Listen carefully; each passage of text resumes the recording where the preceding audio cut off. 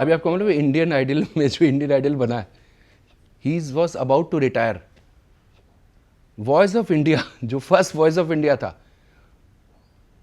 उसको लेके मेरे और गजेंद्र सिंह में काफ़ी डिबेट हो। मैंने कहा नहीं ही ये इस तरह का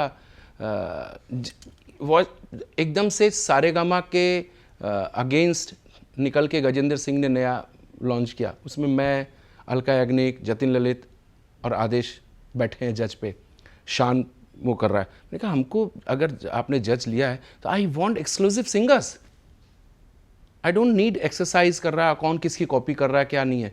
तो ये बात कर रहा हूं जब मैं जज था, जब मैं बहुत छोटा था तब की बात कर रहा हूं। वॉइस ऑफ इंडिया, जो फर्स्ट वॉइस ऑफ इंडिया हुआ था, दैट वाज इन अर्ली 2000। तो उसको फर्स्ट या सेकंड एपिसोड के बाद मैंने जिनको जो लोग एलिमिनेट हो गए बाय द जजेस, ऑल 5 जजेस एलिमिनेट हो गए, वो अभी टैलेंट शो में आ रहे हैं और अभी जाके आप इंडियन आइडल बन रहे हैं। I am telling you that fact. तो मैं कहता हूं इसको कितनी बार लोग जज करेंगे कितने साल से वोट देंगे? He is not only one जो बना है इंडियन आइडल इस बार, he is taking part in so many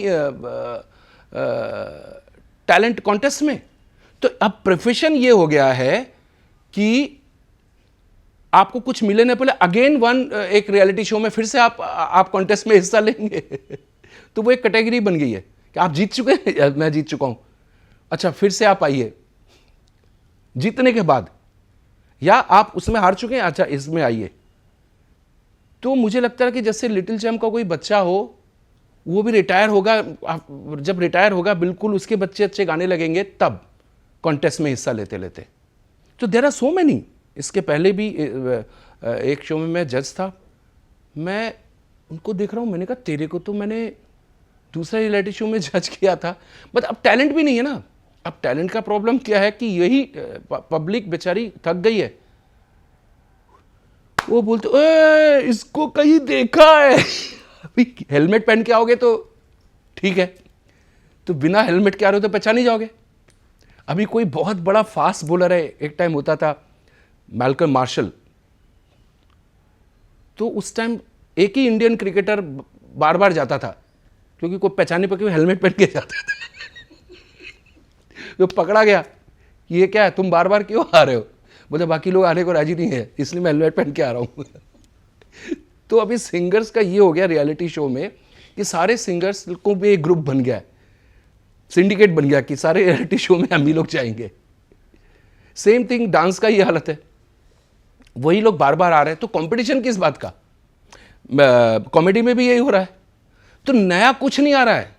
जिनको आप पिछले 10 साल से देख रहे हैं, 12 साल से देख रहे हैं, उनके लिए एक फील्ड बन गया। They are not getting work in film, they are not been recognize, they are not doing anything else, तो बार बार टीवी में ही आके कंपटीशन में हिस्सा ले रहे हैं। मतलब सोचो, जिसने 500 मीटर जीता, कोई एक आदमी 500 मीटर के रेस जीत गया, अभी उसको वापस लड़ना पड़ रहा है, क्यों? 50 मीटर के रेस में आ जा मजबूरी में बोलता मैं 500 मीटर जीत चुका हूं, बोले लेकिन क्या करे, 50 मीटर वाला कोई मिल रहा है तो तू वापस आ। अब ओलंपिक जीत गया, मालूम पड़ा अब वो तो नहीं हिस्सा लेगा ना, ओलंपिक जब जीत गया तो वो क्यों छोटे मोटे मोहल्ले, अब उसमें भी उसको हिस्सा लेना पड़ेगा कि और कुछ है नहीं करने को। सो म्यूजिक का सिनेरियो ऐसा, रियलिटी शो का सिनेरियो ऐसा हो गया।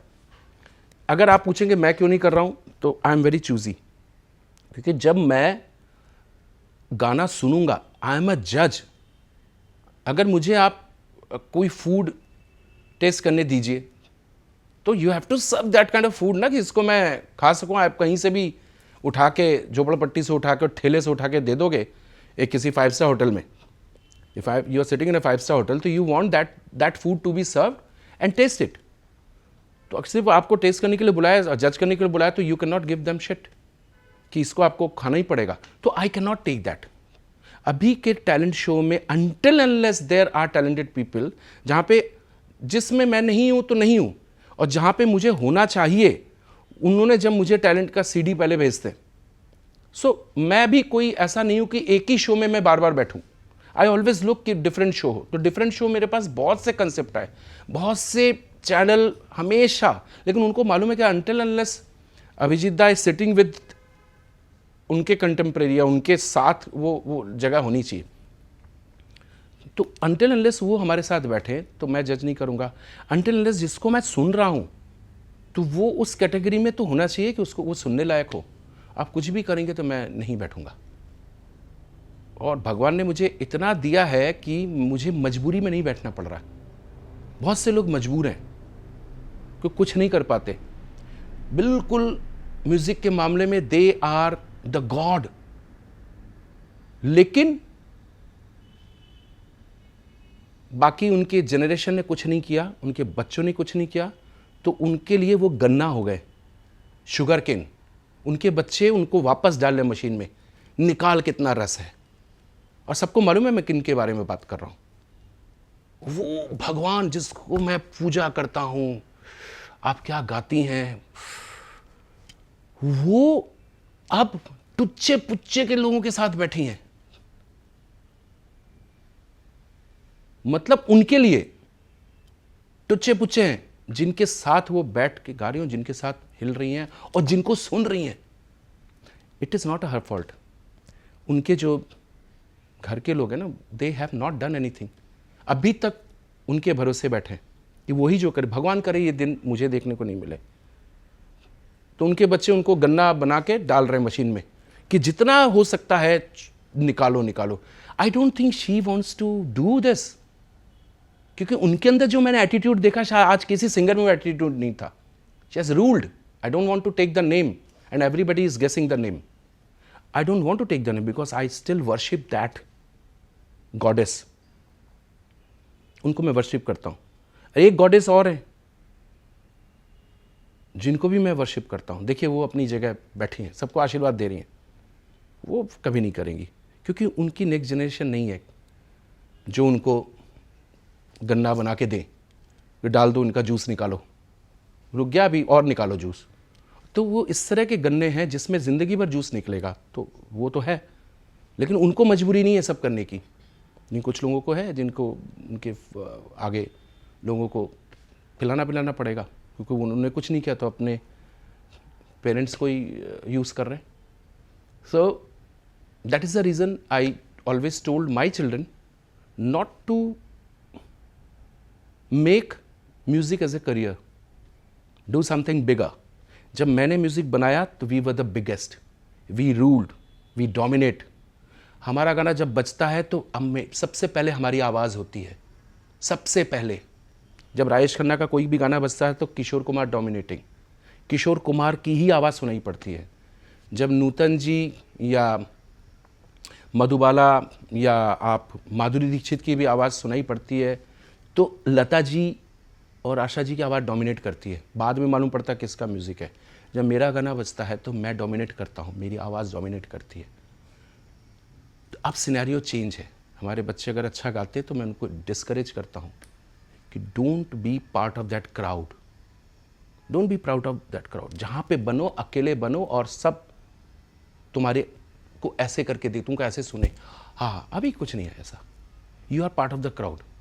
सो आई एम स्टिल सिटिंग जहाँ पे जब मेरी आवाज़ गूंजती तो आई नो 30,000 पीपल 40,000 पीपल मेरी आवाज़ सुन रहे हैं। पूरा हर कोने कोने में आता है। और मैं जब शोज़ करता हूँ तो that is a one man show. I don't get time even for one day, even for half day मेरे शेड्यूल से। तो लेकिन मेरे बच्चों को मैंने बोला कि ऐसा मत करो, do something bigger and they will do. Music को वो लोग शौक से गाएंगे, जब उनका चलेगा तो चलेगा, नहीं तो नहीं चले, दे डोंट केयर। हम ये करेंगे, सो कॉज करके hire the singers and make them sing at your home. मैं उनको ये बुलाता हूँ, इस लायक बनो कि सिंगर्स को हायर करो, घर पे सुनो। वो टाइम आ गया, लोग ऐसा ही करते हैं, घरों में जाके गाते हैं। अभिजीत जी, फिल्म इंडस्ट्री को 100 साल पूरे हो गए। मेलोडी और अगर हम अच्छे फिल्म्स का बात करें, it's been a long time, जैसे अभी हम चर्चा कर रहे हैं, it's been a very long time जब हमें कुछ सब्सटेंशियल चीज़ मिला हो, substantial singing, substantial melody, substantial even singers like you're saying. Why has this happened to an industry which dominates the world? because now it is going footstep, जिस चीज़ को आप कर रहे हैं उसी को ही फॉलो कर रहे हैं। पहले हम हमारे घर पे गोल्ड डिस्क, प्लैटिनम डिस्क आता था। प्लैटिनम का मतलब क्या होता है? 75 वीक्स। तो आपने फिल्म का सिनेरियो चेंज किया तो music also is part of that film. आपका एड आता है फिल्म रिलीज के पहले 100 करोड़, फिल्म रिलीज के पहले। This all misguiding. इस चक्कर में लोग, क्या होता है, innocent people, they are the victim. जो पिक्चर 40 करोड़ नहीं कमाती उसका एड पहले से रेडी होता है 100 करोड़। म्यूजिक बिकता ही नहीं है। Now you will not, since last 7 और 8 years आप किसी भी म्यूजिक शॉप में चले जाइए, म्यूजिक सड़कों पे मिलेगा। MP3 100 गाने, 200 गाने 20 रुपए में, यहाँ पे 25 रुपए में, 30 रुपए में मिलेंगे। म्यूजिक मिलेगा सड़कों पे बिछा हुआ MP3। लेकिन किसी म्यूजिक शॉप में आपको रैक पे किसी अभी के फिल्मों का म्यूजिक CD नहीं दिखेगा, आपको नहीं दिखेगा। म्यूजिक कोई खरीदता ही नहीं है। तो अब म्यूजिक का सिनेरियो भी वही हो गया है। 2 वीक में पिक्चर आपका पूरा बिजनेस रिकॉर्ड तोड़ देगी। तोड़े या ना तोड़े, हॉल खाली रहे नहीं चले, ऐड आ जाएगा। म्यूजिक का भी सेम हाल है। म्यूजिक पिक्चर के पहले 1 महीना प्रमोट होता था, 1 महीना वो हो जाता है। पिक्चर 2 वीक की, मैक्सिमम तीसरे वीक में, जब मैं खुद सिनेमैक्स के ऊपर रहता हूँ, नीचे मेरे बिल्डिंग के नीचे सिनेमैक्स है, जब तक मैं चौथे वीक सोचता हूँ चल यार पिक्चर देख के आते हैं, बोलते हो पिक्चर 2 वीक पहले चली गई। सो म्यूजिक कहाँ ठहरेगा बताइए? तो म्यूजिक क्या है, पिक्चर के 1 महीने पहले जब प्रमोशन होता है, music is only a promotional tool for them. 1 महीने म्यूजिक को आपने प्रमोट किया, फिल्म को प्रमोट करने के लिए, फिल्म चली, उसके बाद 1 महीना और, क्योंकि उसके बाद फिर दूसरा प्रमोशन शुरू हो जाएगा ना दूसरी फिल्म का। This all paid. So merit पे म्यूजिक रिप्लेस नहीं कर रहा किसी को कि back you have been paid. Radio में म्यूजिक इतना हमारा बजेगा, इतना दिन बजेगा, इतने दिन बजेगा, इसके बाद फिल्म लगेगी, इसके बाद इतने दिन बजेगा, उसके बाद वो रिप्लेस कर देगा जो दूसरा आदमी स्पॉन्सरशिप ले रहा है, दूसरे लोग आ रहे हैं, तो उनको जगह देना पड़ता है। तो लेकिन म्यूजिक आपकी इधर नहीं जा रही है, म्यूजिक आपकी इधर नहीं जा रही है। सो म्यूजिक इज माई फुट बन गया। आप यहाँ के लिए नहीं कर रहे, म्यूजिक सिर्फ नाचने के लिए कर रहे हैं, तो फुट हो गया। I have few choreographer friends जो मेरी बिल्डिंग में रहते हैं। एक दिन पूछा, लिफ्ट में मिले कि कहाँ जा रहे हो, कहाँ शूटिंग है? बोलते शूटिंग नहीं, मैं म्यूजिक डायरेक्टर के पास जा रहा हूँ ना, I don't want to take the name. बोला आप म्यूजिक डायरेक्टर पर? बोले हाँ, म्यूजिक तो मुझे ही बनाना पड़ता है। Sir why? बोला मैं तो म्यूजिक स्टेप, मुझे क्या चाहिए और क्या चाहिए, कुछ हमको गाने से कुछ लेना देना नहीं है, मुझे कोरियोग्राफी करनी, तो मुझे क्या म्यूजिक चाहिए मैं उसको बताने जा रहा हूँ, डायरेक्टर नहीं। तो वो लूप सेलेक्ट करेगा, वो सेलेक्ट करेगा, उसके बाद म्यूजिक डायरेक्टर गाना बनाएगा। गाना एक अच्छा बना के दीजिए, फिर कोरियोग्राफिकल वैसा नहीं है, वो नहीं है, अभी नहीं है। So it is basically music is made by the choreographer, music is made by the heroines sponsor, producer भी हो सकता है, स्पॉन्सर भी हो सकता है। म्यूज़िक डायरेक्टर के पास टाइम नहीं म्यूज़िक में बैठने के लिए और म्यूज़िक को सुनने के लिए। रिकॉर्डिंग में मैंने पिछले कितने सालों से किसी डायरेक्टर को नहीं देखा। Even music director doesn't come for the recording. It's a shocking, it's a shocking. Music director doesn't know कि गाना कौन गा के गया है। और आई कॉन्ग्रेचुलेटेड वन म्यूजिक डायरेक्टर कि क्या गाना है तेरा यार, ये इसलिए मैंने फ़ोन किया कि ये लड़का बहुत अच्छा गाया, जबकि साउंड सेम है सबकी, एक ही जैसा है, लेकिन वो गाना बहुत अच्छा था। फिर मैंने पूछा गाना किसने गाया, तो ही टुक 5-10 मिनट्स। फिर बोलता मैं पूछ के बताता हूँ कि किसने गाया, बाद में कि यार याद नहीं आ रहा। तो म्यूजिक डायरेक्टर को पूछिए जिन्होंने मेरे साथ काम किया है, जो लोग कर रहे हैं, उन्होंने मेरे साथ शायद 100 गाने रिकॉर्ड किए हैं, उनको फट से बताइए ये गाना किसने गाया, वो बता देंगे कि गाना अभिजीत ने गाया, पब्लिक बता देगी। म्यूजिक डायरेक्टर को खुद नहीं मालूम कि गाना किसने गाया। So I am very happy with this present scenario, क्योंकि म्यूज़िक का जो स्टैंडर्ड इतना गिर गया है कि हमारे जो भगवान म्यूजिक डायरेक्टर के, वो लोग भी उसी स्टैंडर्ड पे आ गए मजबूरी में। तो I am remain a God because of this situation हमारा स्टेटस और बढ़ गया है, हमारी क्रेडिबिलिटी और बढ़ गई है, लोग हमको और ज़्यादा सम्मान करने लगे, लोग हमें लेजेंड कहने लगे। मैंने तो कभी सपने में भी नहीं सोचा था कि लोग मुझे कभी लेजेंड बोलेंगे।